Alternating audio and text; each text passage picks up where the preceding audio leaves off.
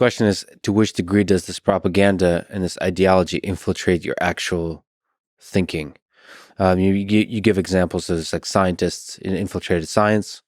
Oh yeah. So basically, Lysenko is the textbook example of Lysenkoism in biology.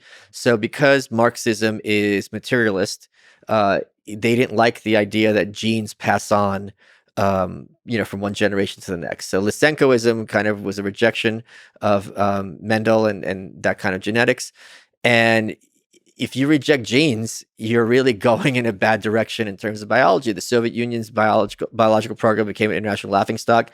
At one point, Lysenko claimed he crossed a tomato and a potato. You had things where they said they had nuclear, we have fission, but they said they invented fusion or hard or heavy water or hard water, whatever it was. Point being, in cultures like this, your way to achieve status wasn't necessarily about your accomplishments, but about your loyalty to orthodoxy. Mm-hmm. So if you were saying things that got to a result that was congruent with the broader ideology as a whole, that was much better as a means of furthering yourself in the arts or in the sciences than if you had something that was innovative. Because if you're innovative, it's like, well, how do I fit this in with the broader ruling ideology? The problem with totalitarianism, one of the many problems, is everything, literally everything, has to be perceived through the lens of ideology. So, and that is, there were scientists who were arrested or at least fired because of their theories about sunspot developments, because it was regarded as un-Marxist. There was an epidemic, and all these horses got sick, and because the vaccine didn't work on the horses, the bacteriologists were arrested because they were regarded as wreckers. It's like, we gave you a job, you didn't do it, you're undermining the socialist state. So it's kind of a backward series of incentives, and it's designed to maintain at all costs the ruling ideological superstructure. But you draw a small distinction between the ideology and the ideological superstructure and the propaganda. Aren't those kind of intermixed together? Well, the ideological is like in the sciences and what's true in genetics or what's true in astronomy. That doesn't really percolate out to the masses, right? So the Pravda is maybe covering this scientist is great or these discoveries are great, but it's not necessarily the same as day-to-day or glorifying political leaders. But Pravda is a manifestation of the idea that truth can be conjured up. Yes. It can be constructed and it can be altered quickly. And then I wonder, sort of 1984 caricatures that. I wonder to what degree it really could control the way you think. That, like how many people it affected. I can give you an example, a very easy one. So again, with regarding North Korea. The great leader Kim Il-sung, who was the founder of North Korea, had a tumor on the back of his neck, and it was too close to either the skull or the spinal column, so they couldn't operate on it. And throughout his life, it got bigger and bigger. And I got mixed messages in my research about whether North Koreans knew about it, because they always photographed him from this angle. And I met a refugee. And I asked her, I'm like, did you know that he had this tumor? She goes, yeah. When people played him in the movies, they would, you'd make up there. And she goes, it was an old war injury. And I go, why would a war injury get bigger throughout your life? And she just stood there and she was like, but she never questioned it. Mm-hmm. But it was the kind of thing where they put the idea in her head. And since there's no reason to question it, she just kind of went with it her entire life until I talked to her. Audrey, her name. Hi, Audrey. Hi, Audrey. I wonder what % of the population is like that. Here's the thing. If there's a cost to me questioning Lysenko as a great scientist and there's no benefit, why wouldn't I just go with what's going to keep me and my family safe? But I also mean just the psychological. There might be a very local psychological cost. So not a cost you're going to jail, but a cost like you're going to kind of ruin the conversation by bringing it up. Kind of like, yeah. I'm just trying to. It's like Debbie Downer, right? Wah, yeah. Wah. Yeah. But there's also the whole metaphor of like there's two fish in the river. One says, man, the water's really great today. And the other one goes, what's water? Yeah. Like a friend of mine, Adriana, her mom came to the West and they went to a supermarket and the mom just in front of all the Fanta, so just crying. Mm-hmm. And she's like, what's going on? She goes, they told us we had more food than you. And when something is, you can underthink this story. Oh, this guy's an enemy of the people, and he was just a hero. He just offended someone. This is bullshit. It's almost impossible psychologically to think I'm living in the Truman Show Mm. and that everything in the media is not just wrong, but a carefully constructed narrative and a lie. Like what, they're never going to tell the truth, and how you know, like what? Like you, and even if you do understand that, how would you even read between the lines to deduce what the truth is? Yeah, must have been a strange experience. There's stories of soldiers, the Red Army soldiers throughout World War II, as they go to different countries, even Romania, but in Europe, to understand that people live much better than the soldiers did back in the Soviet Union. And that's why a lot of times when they went back, Stalin had them killed because they saw too much or sent to the camps. So just to linger on this idea of free speech, so there's constant discussion about free speech in this modern debate about social media and all that kind of stuff. What's your take on it? Grounding it not in some kind of shallow discussion of free speech we have today, but more in the context of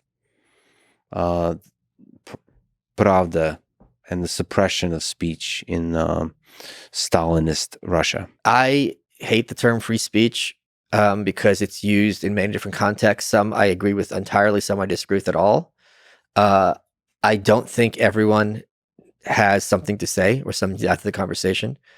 And you know, I have my locals community, and it used to be, I think the boilerplate language is, you know, come support free speech and free discourse, and I changed that because I don't like that term.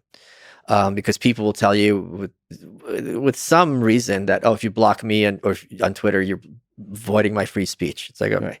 So I don't like that term as a whole. But one of the points of the white pill, and something I see enormous parallels with today, if you have one news outlet or three news outlets with identical ideology, you're not going to be able to get to any kind of truth or any kind of useful information. It's all going to be pre-filtered for you. It's like a baby bird and you're eating the mother bird's vomit, right? But if you have what we have increasingly now with technology, if you have a world where everyone has a camera on their phone, if you have a world where anyone can put their ideas out there, maybe they're banned from certain outlets, but they're not literally vanished like they were in the USSR.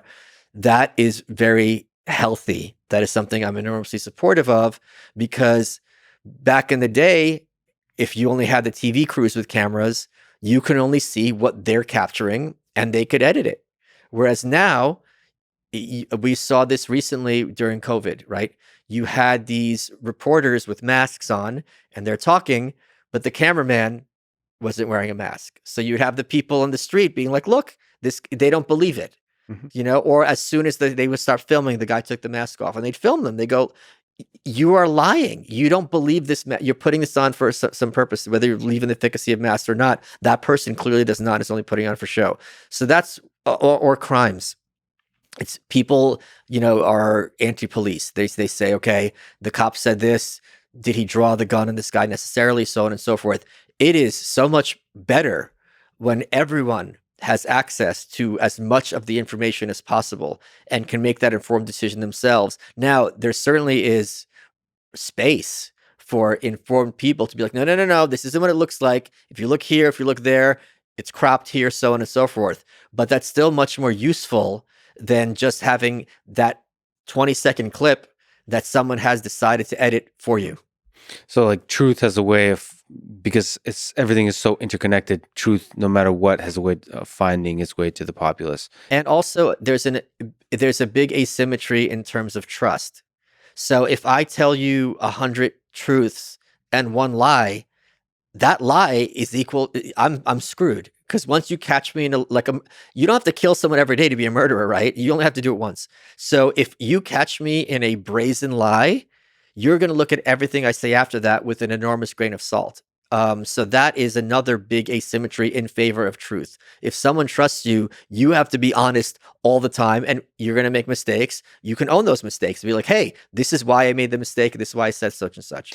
Okay, but the flip side of that, which has been disheartening to me, is that people on the conspiracy side conspiracy theory side of things, I've noticed how easy it is to just call something a lie. Yes. And then that becomes viral. For some reason, there's a desire for people, for anyone who points out that the emperor is not wearing a clothes, even when the emperor is fully clothed. So I don't know what that is, but that really seems to mess with this truth mechanism. So when it becomes viral to call people a liar, whether they're a liar or not, it's like you feel like on unstable ground, because to me, that idea of revealing a lie that somebody told is a really powerful mechanism to keep people honest.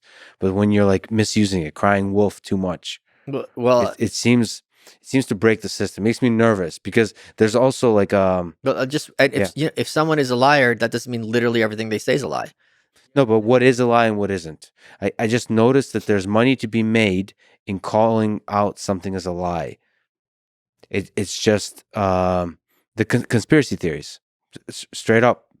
Uh, the first thing, some traumatic event happened, give an explanation that's not the mainstream explanation, no matter what, whether it's true or lie. There's a lot of virality and money to be made in that, and that makes me nervous because it doesn't matter if it's true or not. It becomes anti-establishment ideas are viral, whether they're true or not. Sure, but I think establishment ideas are powerful whether they're true or not. So Sure. I think On the whole, I think you're right. I mean, on the whole, it's good to test the power centers, but it just makes me nervous in our attention economy that the sexy thing seems to be the anti-establishment message. And then it feels like that becomes a drug where well, everything, uh, anything the establishment says, anything institutions say, anything the mainstream says must be wrong because it comes from the mainstream. I have that line that you're supposed to take one red pill, not the whole bottle. Yeah.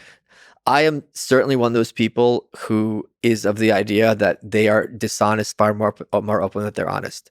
Um, that said, there are people who are of the belief, to use an extreme example, that Trump is still the shadow president.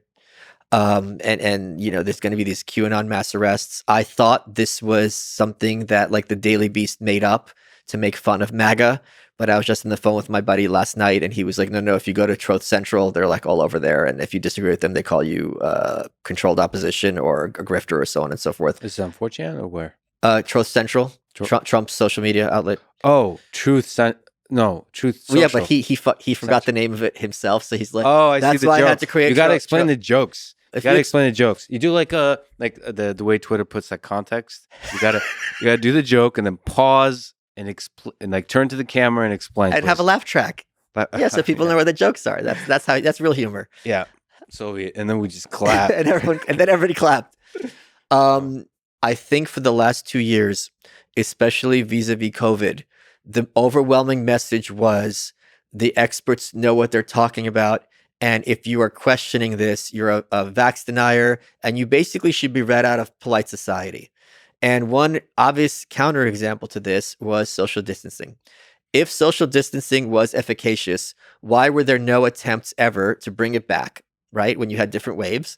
And if it wasn't efficacious, why was it so insistent that we all do it at the very beginning? In fact, in many places, you'll still see the signs on the floor where it's 6 feet apart. So there's an incongruity there. And I think we are forgetting as a people the intensity and understandably to some extent, if you have this worldwide deadly plague, like it's going to go where the leakiest hole is. So you really got to kind of get everyone on board. But to the vehemence with which we're told, we know what we're doing. This is the way to solve it. If you don't do it, you are causing mass death. That I think fed in very heavily to people's enormous sense of skepticism toward establishment sources.